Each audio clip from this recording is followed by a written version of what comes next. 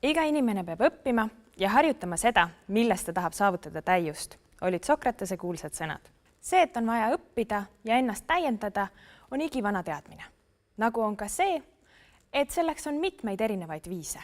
Õppimist käivitab tavaliselt mingisugune küsimus või vajadus, mingi huvi.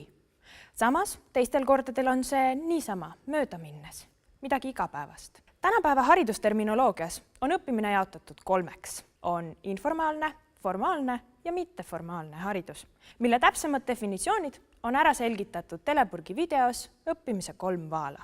Formaalne haridus on midagi, mis toimub koolikeskkonnas. See on planeeritud, läbimõeldud ja õpetaja poolt ette valmistatud. Näiteks matemaatikatunnis toimub, kus õpilased lahendavad töövihiku ülesandeid.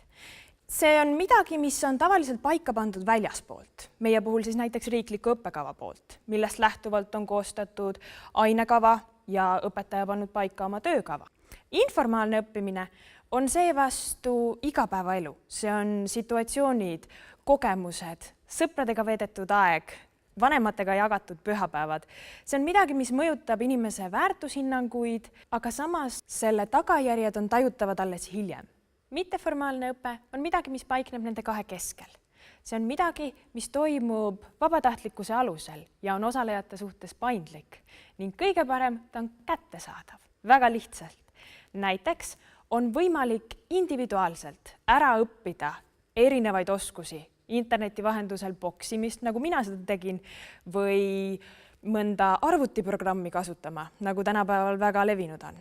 Lisaks sellele on ta sarnaselt formaalsele eesmärgistatud, ehk siis sa sätid iseendale mingi eesmärgi, kuhu sa tahad jõuda. Ja see ongi mitteformaalne ehk vaba õpe. Selleks, et õpiprotsess oleks meeldivam ja tulutoovam, tuleks ühendada endasse formaalne pool ja innovatiivsem lähenemine, mida siis tänapäeva vabaõppe endaga kaasa toob. Tunnustada teise inimese ideed, kuidas jätkata mõttelendu. Inimene pühendub õppimisele, kui selles on tema jaoks midagi väärtuslikku ja on eeldada, et ta tuleb selle väärtuse omandamisega toime. Tal on mingi küsimus, millele ta tahab saada vastuse, mingi oskus, mida ta tahab omandada, siis toimubki õppimine. Nii nagu Aune räägib videos, millal toimub õppimine, siis just see varasem kogemus ja emotsioon, mida õppimine sulle annab, mängib väga suurt rolli. Sellepärast on ka oluline, et õpilane saaks kasutada oma loovamat poolt. Õppides saame uut informatsiooni, uusi kogemusi, teadmisi ja see kõik mõjutab meid pikemas perspektiivis. Sellepärast on äärmiselt mõttetu, kui me mäletame asju vaid eksamiks või järgmise nädalani. On oluline, et see, mis meiega toimub õpiprotsessis, on püsiv. On teada, et keskmine inimene suudab mõelda minutis 800 sõna. Keskmine inimene aga rääkida 120 sõna. Seega on ilmselge, et on vaba energiat ja aega, mida õpiprotsessis kulutada, näiteks erinevate seoste loomisele või analüüsimisele, et kuidas seda kuuldud saaks praktikasse panna. Järjest enam on hakatud rõhutama mitteformaalse hariduse olemasolu noore inimese arengus.